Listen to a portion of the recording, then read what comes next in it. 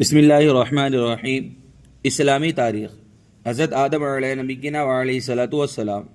حضرت آدم علیہ صلاۃ والسلام وہ پہلے انسان ہیں جن سے دنیا میں بسنے والے انسانوں کی ابتدا ہوئی۔ اللہ تعالیٰ نے ان کا خمیر تیار کرنے سے پہلے فرشتوں سے کہا، عنقریب میں مٹی سے ایک ایسی مخلوق پیدا کرنے والا ہوں جسے زمین میں ہماری خلافت کا شرف حاصل ہوگا۔ چنانچہ حضرت آدم علیہ نبینا علیہ صلاۃ والسلام کا خمیر مٹی سے گوندا گیا، پھر اللہ تعالیٰ نے اس میں روح پھونک دی تو اسی وقت وہ زندہ انسان بن گئے۔ ان کے سامنے فرشتوں کو سجدہ کرنے کا حکم دیا تو تمام فرشتے اللہ تعالیٰ کے حکم کی اطاعت کرتے ہوئے سجدے میں گر گئے، مگر شیطان نے اپنی بڑائی اور تکبر کی وجہ سے سجدے سے انکار کر دیا اور کہنے لگا، میں اس سے بہتر ہوں کیونکہ آپ نے مجھے آگ سے پیدا کیا اور آدم کو مٹی سے پیدا کیا ہے۔ اس طرح شیطان اللہ کے حکم کو نہ مان کر ہمیشہ کے لیے اللہ کی لعنت کا مستحق بن گیا، اور اسی وقت سے وہ حضرت آدم علیہ نبینا علیہ صلاۃ والسلام اور ان کی اولاد کا دشمن بن گیا۔ اللہ کی قدرت، زمین اور اس کی پیداوار۔ اللہ تعالیٰ نے اتنی بڑی زمین کو انسانوں کے بسنے کے لیے بنایا اور اس پر بھاری پہاڑوں کو کھڑا کر کے ہلنے سے محفوظ کر دیا۔ پھر اس پر پیڑ پودے، جاندار، مختلف قسم کے پھل پھول، سبزیاں اور کھانے کی چیزیں پیدا فرمائیں۔ زمین پر گھر بنانے اور اس کو کھود کر پانی نکالنے کے لیے نرم بنایا۔ اللہ ہی نے اس زمین کو ہمارے چلنے پھرنے اور ضرورتوں کو پورا کرنے کے قابل بنایا۔ اس میں سے رنگ برنگے پھول پھل، مختلف قسم کی سبزیاں، میوے، غلے اگائے۔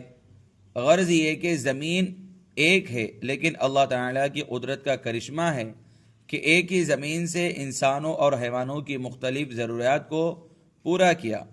ایک فرض کے بارے میں، صبح کی نماز ادا کرنے پر حفاظت کا ذمہ۔ رسول اللہ صلی اللہ علیہ وسلم نے فرمایا، جس نے صبح یعنی فجر کی نماز ادا کی وہ اللہ کی حفاظت میں ہے۔ ایک سنت کے بارے میں، پورے سر کا مسح کرنا۔ حضرت مقدام بن معدی کرب رضی اللہ تعالی عنہ بیان کرتے ہیں کہ میں نے رسول اللہ صلی اللہ علیہ وسلم کو وضو فرماتے ہوئے دیکھا۔ جب سر کے مسح پر پہنچے تو اپنی ہتھیلی کو سر کے اگلے حصے پر رکھا اور گزارتے ہوئے گدی تک گئے، پھر یہاں سے لوٹے وہاں تک جہاں سے شروع کیا تھا، یعنی پھر گدی کی طرف سے مسح کرتے ہوئے پیشانی کی طرف ہاتھ کو لائے۔ ایک اہم عمل کی فضیلت، اسلام میں بہتر اعمال۔ ایک شخص نے رسول اللہ صلی اللہ علیہ وسلم سے سوال کیا کہ کون سا عمل اسلام میں بہتر ہے؟ رسول اللہ صلی اللہ علیہ وسلم نے جواب میں فرمایا، کھانا کھلانا اور ہر مومن کو سلام کرنا، چاہے تم اس کو پہچانتے ہو یا نہ پہچانتے ہو۔ ایک گناہ کے بارے میں، گناہ کی وجہ سے رزق سے محرومی۔ رسول اللہ صلی اللہ علیہ وسلم نے فرمایا، بے شک آدمی گناہوں کی وجہ سے رزق سے محروم کر دیا جاتا ہے۔ دنیا کے بارے میں، حلال روزی کماؤ۔ رسول اللہ صلی اللہ علیہ وسلم نے فرمایا، روزی کو دور نہ سمجھو، کیونکہ کوئی آدمی اس وقت تک نہیں مر سکتا جب تک کہ جو روزی اس کے مقدر میں لکھ دی گئی ہے وہ اس کو نہ مل جائے۔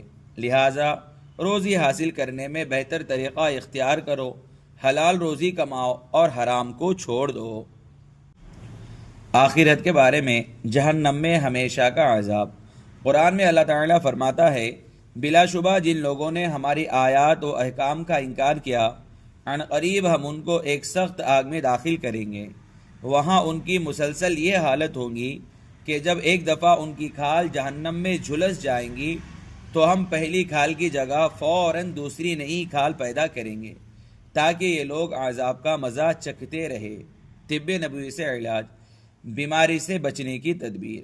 رسول اللہ صلی اللہ علیہ وسلم نے فرمایا، جب تمہارے برتن میں مکھی گر پڑے تو اس کو پہلے پوری طرح ڈبو دو، پھر نکال کر پھینکو، کیونکہ اس کے ایک پر میں شفا ہے تو دوسرے میں بیماری ہے۔ قرآن کی نصیحت۔ قرآن میں اللہ تعالیٰ فرماتا ہے، تم لوگ اللہ اور اس کے رسول پر ایمان لے آؤ اور اس مال میں سے راہ خدا میں خرچ کرو جس مال میں تم کو اس نے دوسروں کا قائم مقام بنایا ہے۔ تو جو لوگ تم میں سے ایمان لے آئے اور اللہ کے راستے میں خرچ کرے ان کو بڑا ثواب ملے گا۔